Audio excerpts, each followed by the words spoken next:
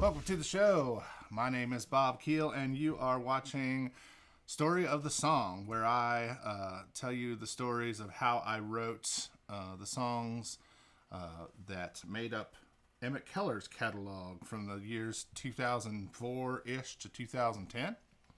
And I will play the song and kind of tell you about how I wrote it. Today, I am fortunate enough to have a special guest with us, Mr. Eric Avey, who played bass on most of the albums. So with that, there we go. Oh, the funny part is here, though. Let me fix something here. It'll make sense to you in a second here. That's perfect. There we go. That's better. So at any rate, Eric is the bass player for Emmitt Kellar, or was the bass player. I suppose you're just always the bass player. Well, yeah, I'm still able to play bass. He has gone on to do wonderful things in his career, but he has been gracious enough to keep playing music with me over the years, as you will have seen in the last video that I put out, and hopefully future videos. So it was a ton of fun, Bob. Yeah, well, no, for sure. I feel like you did the lion's share of work there. That was fun. Setting up the studio for me. So today we're singing. I'm going to be singing "Memories in Vain," which I kind of forgot why I wrote the song. Like what I was thinking about, part of this whole process is reminding myself why I wrote the songs, what I was feeling when I wrote the songs, and a little bit. Oh my goodness! Cat? I have a cat. We got two new cats, and this guy likes to climb on me when he's not supposed to. Perfect. And he's going to keep doing it, but poor guy. God bless. Does the cat have a name? That is Jack, Jackie Boy, as for short. He is a rescue. Him and his brother are actually both up here now. I'm sure they're going to both climb on me for some reason. But this is live video, as you can see. So since I didn't remember why I wrote the video or why I wrote the song, I figured it would be great to bring on a guest and talk about how we recorded it and what kind of shenanigans we got into when we were recording them. And as I recall, I brought the song, to me, the song, when I think about it, it was just always around. I don't remember if you remember me bringing it to the table.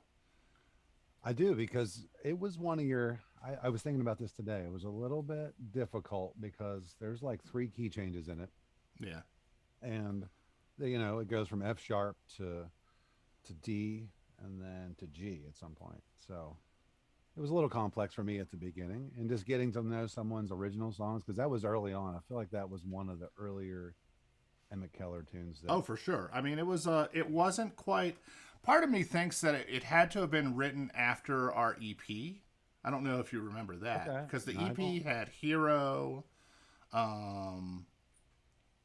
which is funny because I guess this whole thing is makes up songs that were on the EP and the 2 full length. So the first one was Hero, In and Out of Love. Oh wow, yeah. Oh geez, what are the other 2 songs? I don't know. You have to look up, but those were the first 4 songs that we ever did, and that's when we were still just doing open mics and stuff like that. Right.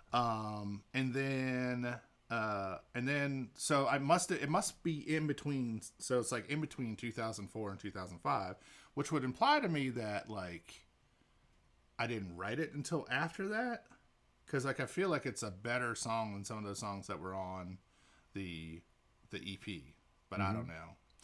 At any rate, so we recorded the song in Shepherdstown, just like all of the songs from the New Hotness, and that was recorded at on on Woodcock Avenue in the House of Blues, as it were.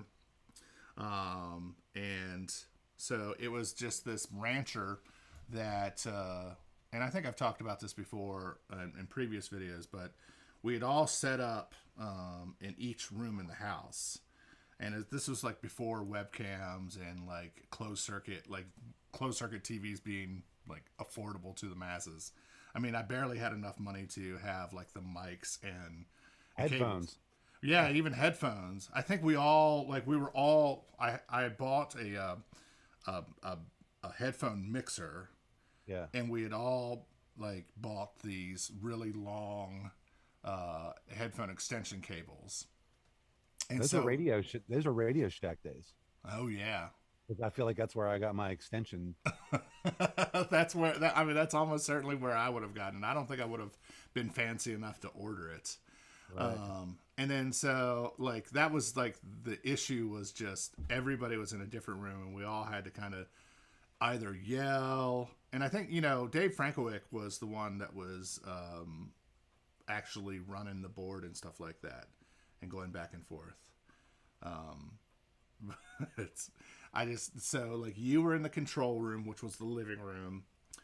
And I think we've figured this out, right? You were in the control room. Blake would have been in the kitchen. Ben would have been in his bedroom. Mm-hmm. And then I was in the back bedroom. Because I don't even think... Or was even... I can't remember. I think Brad was still living there at the time. I think he was. And so Ben might not have even been living there yet. Because that back room was empty. And Ben must have been playing in my room. I must have set him up in my room. I don't know. Good Lord only knows like how that all went down. We should have had all that documented, pictures. Oh, Jesus. Yeah. No. Well, for better or worse, we don't have pictures and videos of that process. Lord, yeah. Oh my God. Oh my God. I'm glad you can find it on Spotify because it was a couple months ago that once I got Spotify, I went through and downloaded all your stuff on there, our stuff and your other stuff. Oh, well, I'm glad. I mean, at least somebody's listened. No, I mean, I put it up there because like I sell nobody buys CDs anymore. Like I almost like stopped selling CDs altogether. Right. And so I put it up there so people could listen to it, or even I could listen to it. And like I have this thing where I'm like 4 computers from this. So like I can't even find the masters to all those old songs. Like I don't know what happened to them. They were like I think I threw out the hard drive. I got because I wanted to record a new version of Lies. And I was like, oh, I need to get the masters and right. Alas, they're gone. I actually still have the masters from the second album. But I was gonna say I have whatever that we did at our place. Really? Yeah, I still have it. They're still on that machine. Oh my goodness. Yeah, the Korg MK1200. Well, I guess my question with that is not to get too deep in the woods here, but like, I mean that the hard drive on that machine must not be that big. No, it's 40 gigs, I think. I'm surprised that you haven't deleted it or put it on a computer or put it on a CD or something at this point. I have it maxed out at 100 tunes right now. There's 100 songs on there. So if you want to record more songs, you have to. Yeah. Yeah, but what's the likelihood that you're ever going to record anything on that thing ever again? I'm done doing that. Well, it's just like once you make the move from linear, because those like you could like punch in stuff, but like they're difficult to punch in. I don't even know if you could if there was a way to run it to a computer so you could see the tracks. Like I feel like there was some kind of feature like that, but I didn't get it. I didn't get that far into it. I mean, it was had the little touch screen, but yeah. Well, so anything like that I ever used, I was never able to figure it out. But again, we've gotten too far in the weeds here. So, yeah. So the one thing I will say about this song, like to your key change thing, is I think this is the first time where like I worked a modulation into it. It doesn't really change keys. No, Like it's all in the key of A. But it you know, for the verse it works in the relative minor, so it sounds like it's a different key, and then it switches to the major key of A. But then like in the last part of that, it's doing this weird thing where it's like you're hitting a G there. Oh wait, I was wrong earlier when I was talking about it's F sharp minor. Yeah, you're right. It does go to A, kind of the chorus. Yeah, Or and the first part of the chorus, then it goes to G. and so a little secret that I'll tell the audience is that we've recorded this video once before, and it sounded like dog shit. Um, And it was funny because right before we did that, I hadn't thought of that song forever. I hadn't played it forever, and you were like, "Oh, we're gonna do Memories in Vain." yeah, well, to that end, when we recorded it, you mentioned before we played it, which I'm getting ready to do. Stick around. That the thing about that is like, you know, songs have a way of coming together. Like I think as a band we marinated on this song for a little bit because like this is the first time it not only does it kind of change keys, but it also changes time signatures too. Mm-hmm. Like it and there's like these stops at the end of the song for the last chorus. That's something that we had never done before, but that's something like as a band we all kind of collectively thought that it would sound better and be a better show, and then it kind of worked its way and then into the recording. I'm pretty sure we do that in the recording as well. Mm-hmm. It's been a while since I listened to that recording, so but I don't know. Do you have anything else to add about this song that you? I don't. I'm just anxious to hear you play it again, and I look forward to reuniting with you guys and Ben and Blake, and hopefully doing something, you know, in the future. Yeah, like I'm really thinking that, you know, if this one actually works, we'll maybe do a live stream. If nothing else, I mean, Lord only knows that shows won't be a thing by May, right? I think because that's what we're working on is May, I think. Or am I tripping? Did I just make that up? No, that works. All right, well, I'm gonna play this song, and Eric's gonna stick around, and we'll kind of do some talking after the song, and then we'll call it a day. Rock it. All right.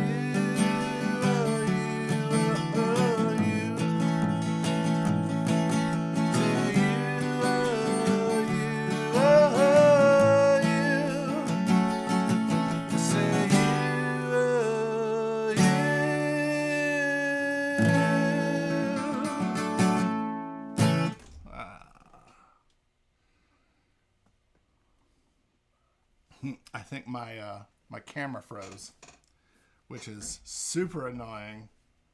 Second time that I hope it was at a good spot. yeah, well, man, this is killing me. This is why let's see. Man, you're working hard. I am. I don't know why it's being such a butthead.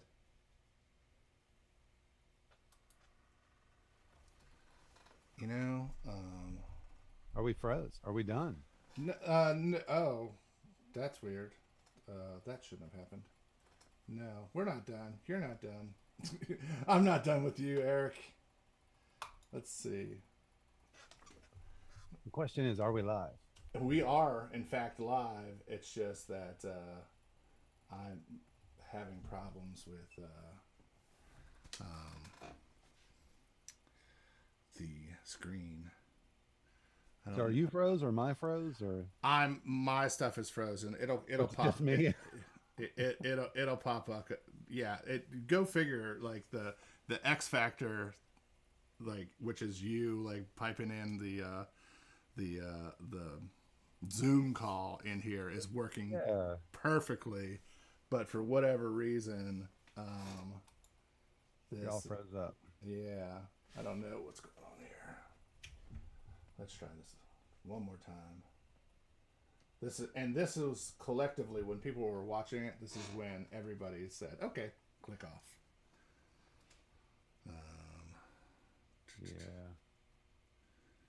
Well, now I think there we go. There we go. At any rate, yeah. So, I'm not gonna record one. This is just how it is. So you got to hear the live song. You got to see Eric and I talk, and hopefully the audio was good. You never can tell what's going on with the live situation. So let's see here. At any rate, you can, just like Eric said earlier, you can get this song on Spotify. You can download it from Bandcamp. There's a link in the description below. And you know, if you buy it from Bandcamp on Fridays, the artist gets all of the royalties, so there's no fees. Just so you know, Eric, too, if you're ever selling your stuff right now, because of the pandemic, Bandcamp is waiving all their fees when people buy their stuff. Wow. I think it's just like one Friday a month. Like, let's not think that they're like super altruistic, you know. But, you know, if you like what you're seeing, then you should definitely like and subscribe and do all that stuff, because otherwise the algorithm doesn't like me. And, you know, that's how I build my self-worth, is people liking and subscribing to me, which is pretty bad because, you know. Yeah, I just turned my notifications on for your channel. Oh, yay. the bell. So don't forget, if you really want to know. Well, yeah, you know, and like fancy people have the little graphic that shows up in like when you say that, it shows up in the corner, but I'm not that fancy. You know, and then let's see here. Well, I think that's it. That's all I got. The next show, I think, will have either Blake or Benjamin. And That'll be hilarious. I can't wait to see that. Yeah, no, totally. So I definitely encourage any and all people to tune in. And I think, you know, even if we just do, we should have did No Place to Go as the last one. That's the last one with everyone. Yeah. That would if I'd have thought, like, but it's like the last song on the album. It's not even the last song on the album. I think it's like. But remember how you were you were like, we have to end. We end every show with that, and no, it would make sense that I would put it there. I don't know why. It just hit me. The order of it, I never did that for this album, but yeah. Every time we talk music, it gets me pumped about Emmitt Kellar stuff. Well, you know what we could do is we could have a listening party.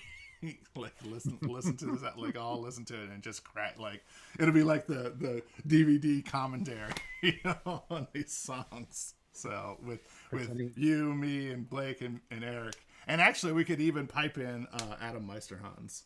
Yeah, man, we could pretend we're at Tony's. Yeah. All right. Well, thanks for watching. Thanks, Eric, for joining me. And I look forward to playing music with you again. And I look forward to playing music for you again. Tell someone that you love them. And I will see you in the next one.